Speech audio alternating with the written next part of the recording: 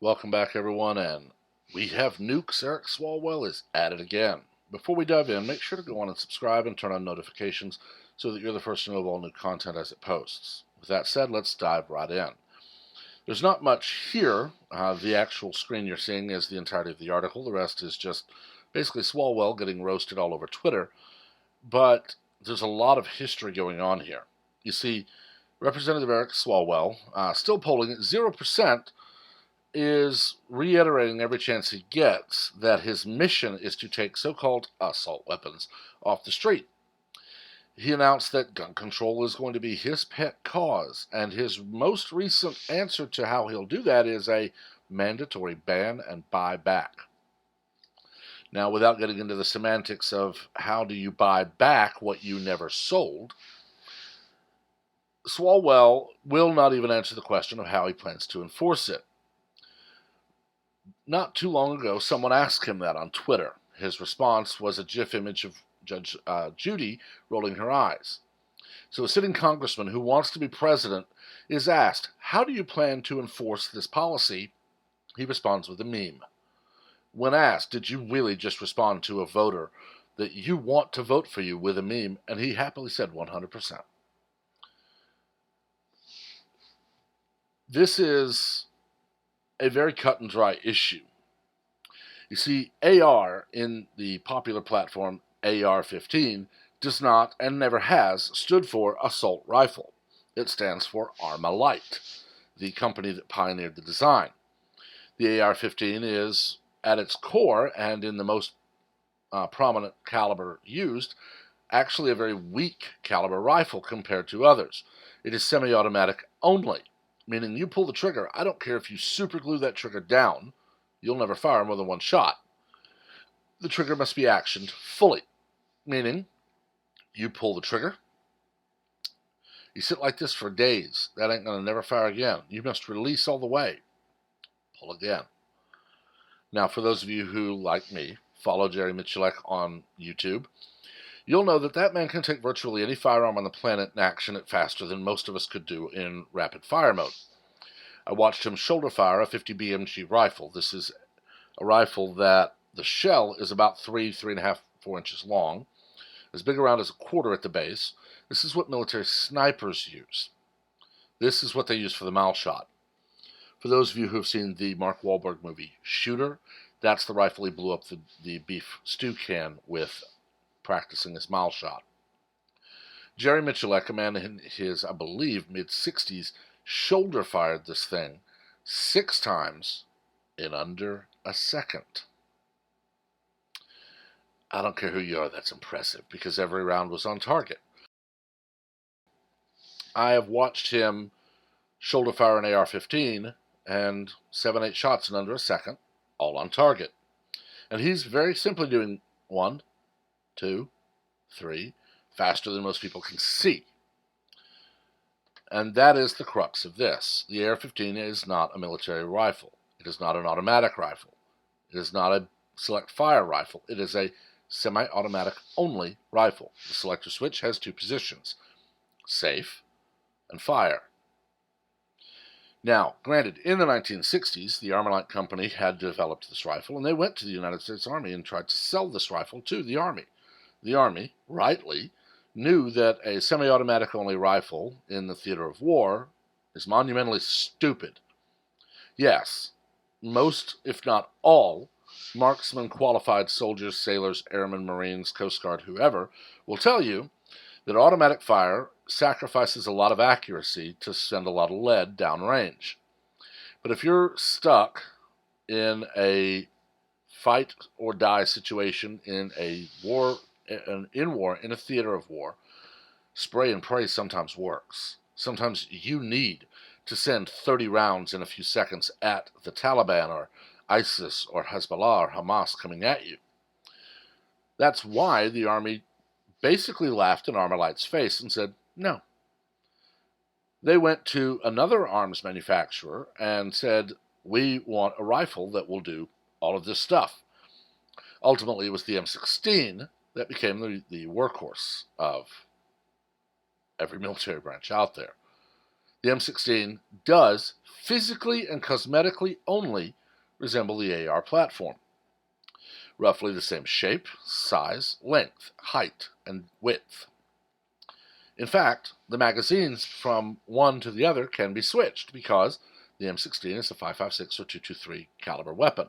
Typically, the military uses 5.56 NATO because most of it is steel core. I will never use steel core at any range I go to because I don't want to damage their targets. But that is the only thing that anyone seems to focus on, cosmetics. It looks scary. When you look at the actual statistics, mass shooters, by and large, use shotguns or pistols. They don't use rifles. Yes, there have been some that have used the AR-15. And these are the people who, while mentally ill, and I mean extremely sick individuals, while they recognize that basically the world has come to fear the physical description of a firearm. I have fired a lot of different calibers in the last 21 years since I was old enough to buy a pistol. Everything from 9mm all the way up to 357 Magnum, 44 Long Colt, 45 ACP, 40 Smith & Wesson, 223, 5.56, 30-30, 30-06, 308. I got a lot of friends around Texas. We all have a couple of guns. We go to the range, we like to try each other's out. I really want a Henry repeater rifle 308. I just can't afford it. But what the media and Congress and people like Moms Demand and all that will never admit is that the AR-15 is very simply a low-powered rifle that in cosmetic appearance resembles a military rifle. They will never admit that a 45 ACP pistol is a larger round, and unless you're out at 100 yards or so, actually does more damage when it strikes a target.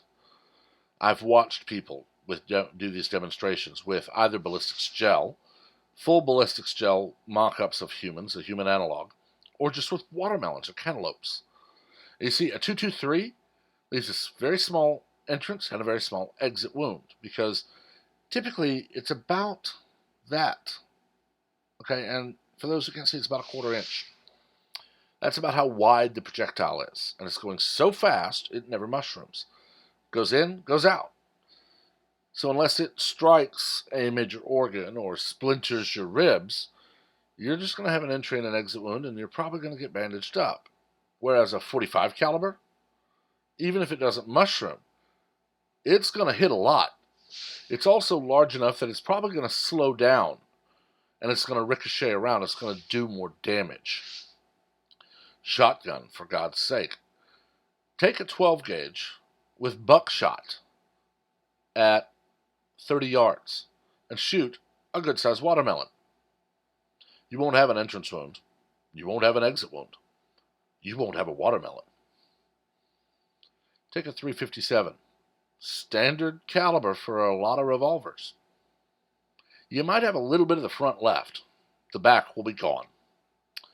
And you see Swalwell is not talking about that because he knows it destroys his entire argument that the AR-15 is somehow a demonic piece of steel that summons a demon from the ninth circle of hell to possess your body the instant you lay eyes on it. And he knows that he's wrong. He also knows he needs a foot in the door. All the gun grabbers do. They have to start somewhere. They can't just start off. Their sycophants on the streets can scream repeal the second and all that, but they have to start small. They have to say, it's just assault rifles. It's just your ARs. Just give those up. When that does nothing to reduce crime, it will be, well, okay, we're going to get just no rifles, period. When that does nothing, okay, well, no pistols, no semi-automatics of any kind. When that does nothing, no revolvers. When that does nothing, just give them all up. When that does nothing, we're going to GPS track your knives. And yes, that's an actual thing from London this year. When that does nothing, it's something else. until you wake up and you're living in Oceania, and you're living under Big Brother, and your children are taught in school to inform on you, and people in large numbers every day vanish. I realize not everyone has seen the old movie or read the book, 1984. But if you want to kind of get a glimpse of it, look at the movie Equilibrium with Christian Bale. Look at the movie V for Vendetta with Vigo. No, it wasn't Vigo. I forget his name, but he played Mr. Smith in The Matrix and Red Skull. Hugo Weaving, I believe. I'm not 100%. But look at that one. Both very authoritative, very tyrannical regimes. In the first, everyone is forced to medicate multiple times a day to remove all emotion. Literally, you become an automaton. Your entire existence is to procreate, to produce children, to replace you.